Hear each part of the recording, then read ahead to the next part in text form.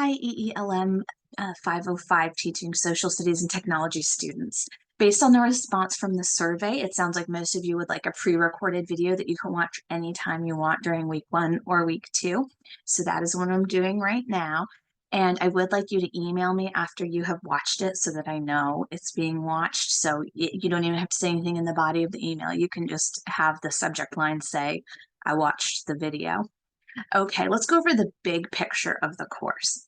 The vast majority of you are soon to be career switchers, which is so exciting. Some of you are finishing up your MED in individualized. That's wonderful as well.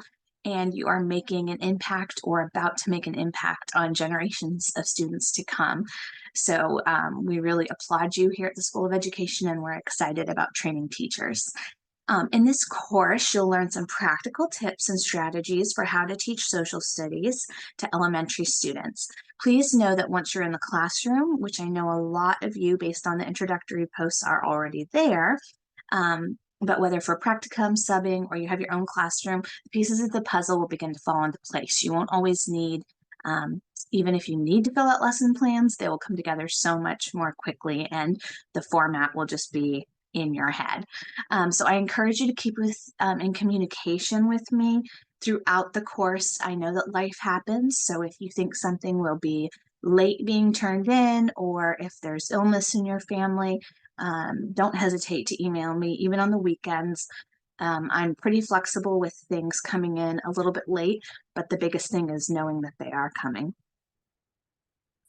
Okay, so for week 1, I think almost everyone has done their introduction posts, and I have commented on all the ones that were there as of Thursday morning.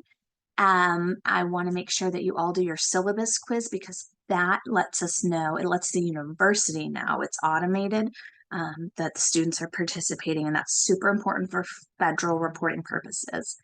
Okay, something else you'll do this week is your very first discussion board. And it is prompted by our essential questions for the week, which are: how do inquiry and investigations play a role in our social studies classrooms? And how do we teach purposefully and powerfully in social studies?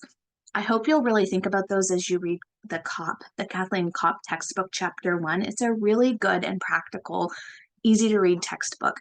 And I don't think I assigned the introduction, but if you read the introduction of the textbook, it'll really help you formulate your discussion board post as well. So let's just take a couple minutes to go over the concept map for week 3, because really that's the first kind of assignment other than discussion boards. So I picked for my concept map the civics and economics SOL for grade 6, but I only chose CE1A, analyzing and interpreting evidence from primary and secondary sources, including charts, graphs, and political cartoons. So you can obviously do something like this with your students on a box light, on a whiteboard, on a flip chart.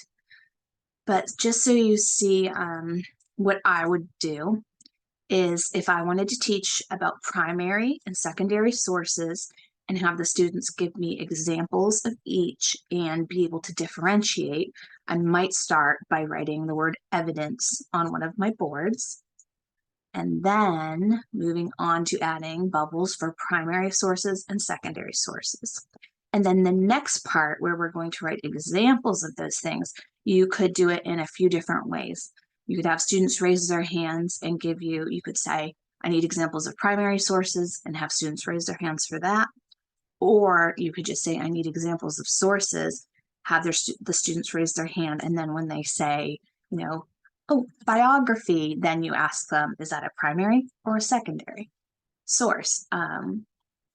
You can also, integrate them into the lesson by having them come up and write on the flip chart or the whiteboard or whatever you are using. So then I would maybe put some little arrows and lines for however many sources that I want to get from the kids. And then here we go. This is our final concept map. And I will just say this is something I made in like 5 minutes to share with you. So I hope you'll look at the examples in the class. They're way more detailed. I think one is a copy of a poster a student made And then the other is, I think it was probably made in Word or something like that. Anyway, because you can add pictures and fun things like that. So we've got data and other records like censuses or weather reports, letters written by historical figures, like if there was a letter by Rosa Parks or George Washington, that would be a primary source. Maps and photographs, those are other examples. And then we've got our secondary sources like biographies, textbooks, dictionaries, and paintings based on perhaps a primary source. So let me unshare this. All right. I think that's really all I wanted to cover for this week. Usually, if we have a live meeting, it goes anywhere from half an hour to an hour, depending on how many students show up, because usually there's quite a few questions. And I do love to hear about you all, but you did a really good job on your week one introduction posts. And I loved the pictures that some of you included. It's always really nice to put a face with a name. So that's all for this week, and please don't hesitate to reach out.